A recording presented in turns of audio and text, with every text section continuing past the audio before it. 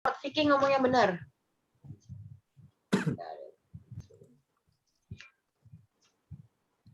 Halo semua, salam sejahtera untuk kita semua. Perkenalkan, kami dari kelompok 9 Filsafat Komunikasi ingin mempresentasikan materi kami yang berjudul A Communicative Risk in an Age of Absurdity.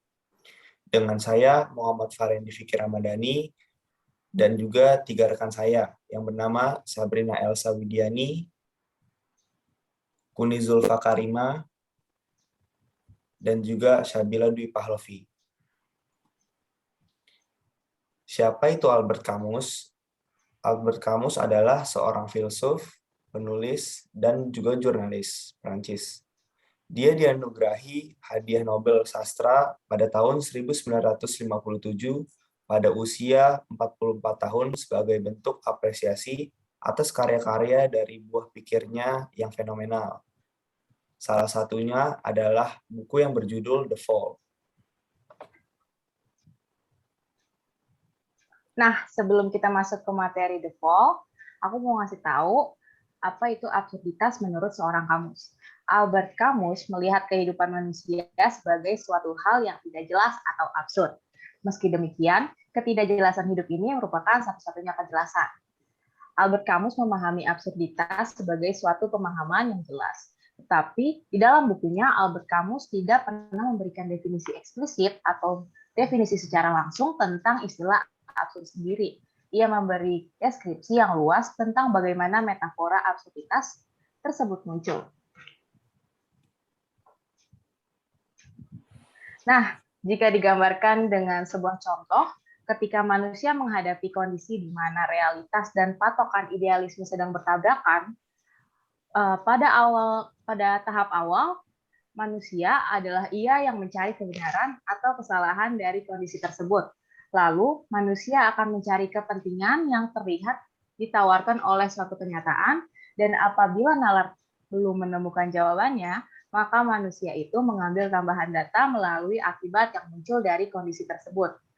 Lalu, di saat jawaban belum ditemukan, absurditas pun tercipta. Next, Kak.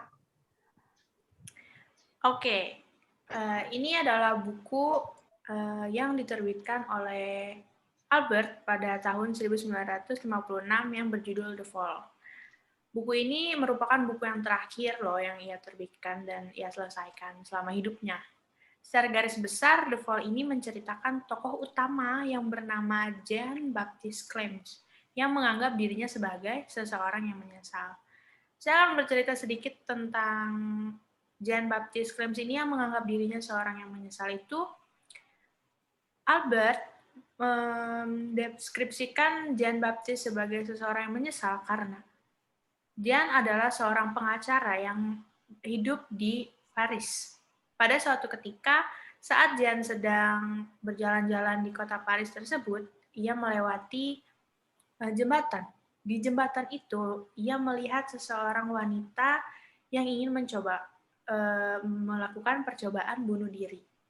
Tetapi di situ, Clems tidak menghiraukan dirinya untuk mencegah perempuan tersebut untuk tidak melakukan hal-hal yang tidak diinginkan. Dirinya hanya jalan melengos, tidak melihat perempuan tersebut. Setelah itu, setelah peristiwa tersebut, Clems dianggap sebagai seseorang yang menyesal karena ia dihakimi oleh para masyarakat yang mengetahui peristiwa tersebut. Setelah itu, ia pindah ke Amsterdam dan ia menjadikan dirinya seseorang yang menyesal karena dia benar-benar menyesal, karena tidak bisa mencegah kegiatan yang dilakukan oleh wanita tersebut. Karena pada dasarnya, kegiatan tersebut tidak seharusnya dilakukan oleh siapapun, dan jika ada orang yang melihat seseorang ingin melakukan percobaan bunuh diri tersebut, sebaiknya untuk dicegah dan dihindari untuk melakukan hal-hal yang tidak diinginkan. Ini adalah materi tentang A Communicative Risk in an Age of Absurdity. Resiko dari mengambil suatu tindakan tidak hanya terdapat dalam tindakan itu saja, tetapi juga dalam konsekuensi dari mengambil atau menghindari tindakan tersebut. Aku kasih contohnya seperti seseorang yang berdiam diri di Jakarta atau tinggal di Jakarta, seseorang ini ingin memiliki pekerjaan yang berada di luar Jakarta, mungkin seperti Jogja. Ia sangat berambisi untuk memiliki pekerjaan di kota Jogja tersebut. Tapi karena satu hal dan yang lainnya, seseorang ini tidak bisa mendapatkan keinginannya, dan akhirnya dia mendapat pekerjaan di kota Jakarta ini. Kenapa bisa dibilang ia mendapatkan resiko atau konsekuensi saat ia berada di Jogja? Karena ketika ia keterima di pekerjaan di Jogja, ia otomatis akan pindah rumah dan pindah-pindah segalanya. Dan itu akan mungkin membuat sesuatu yang agak repot ya, bisa dibilang seperti itu. Sedangkan kalau di Jakarta, ia tidak harus pindah rumah, tidak harus mengurus hal-hal yang berbau perpindahan. Tetapi akibatnya ia memiliki pekerjaan di Jakarta, mungkin ia kecewa pada dirinya sendiri, dan mungkin ia sedih karena ia tidak bisa mendapat impian yang ia cita-citakan tersebut. Maka dari itu, setiap sesuatu yang kita lakukan atau kita tinggalkan itu pasti memiliki risiko tersendiri.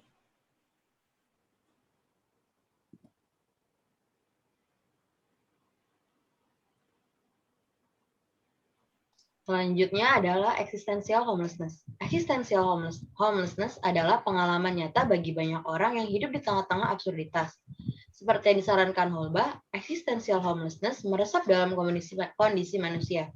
Pengalaman ini sering ditemukan ketika seseorang tidak memiliki pusat percakapan yang umum, gagal terlibat dalam dialog, mengaburkan perbedaan antara ruang pribadi dan publik, dan menolak merasa tanggung jawab yang tulus untuk manusia lain.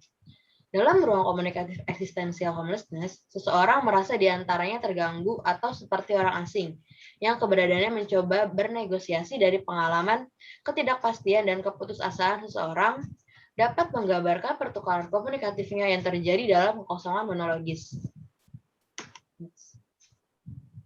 Untuk membangun karya, Arnett dan Holba membangun kerangka kerja untuk menafsirkan The Fall.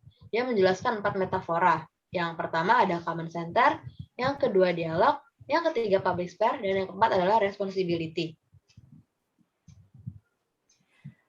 Metafora yang pertama adalah common center. Di sini Martin Buber menjelaskan karya tentang tujuan kehidupan bersama.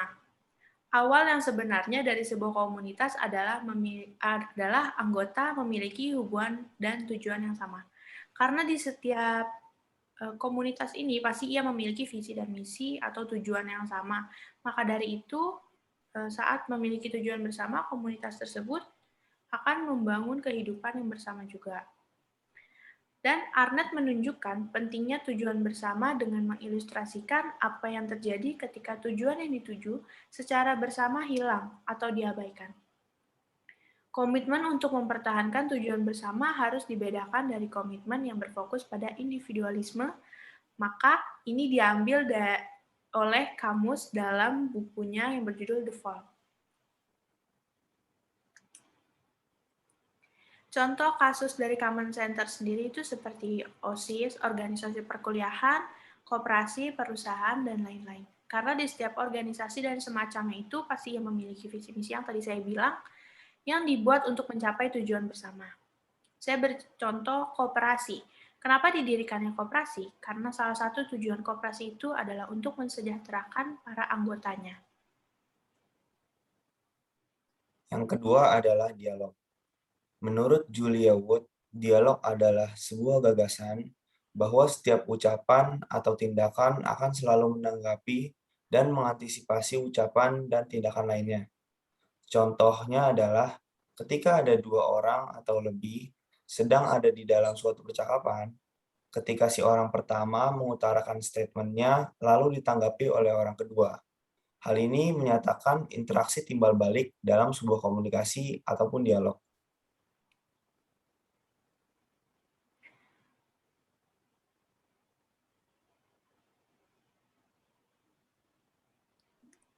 Nah, yang ketiga ada public sphere atau ruang publik. Istilah ruang publik populer di Eropa sebagai ruang di mana beberapa anggota masyarakat berkumpul dan membicarakan permasalahan yang sifatnya private, tetapi dibicarakan dalam kelompok ataupun publik. Nah, public sphere ini biasanya berlangsung di tempat-tempat seperti clubs atau kalau di Indonesia biasanya dilakukan di warung kopi.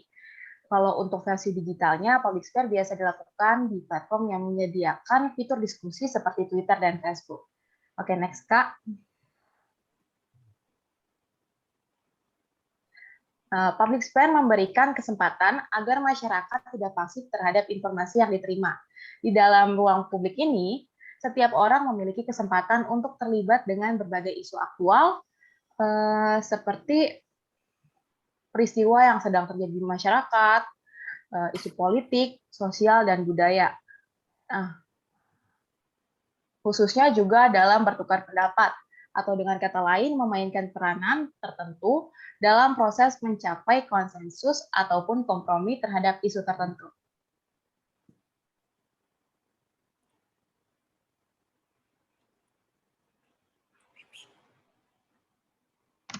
Dan yang terakhir adalah responsibility.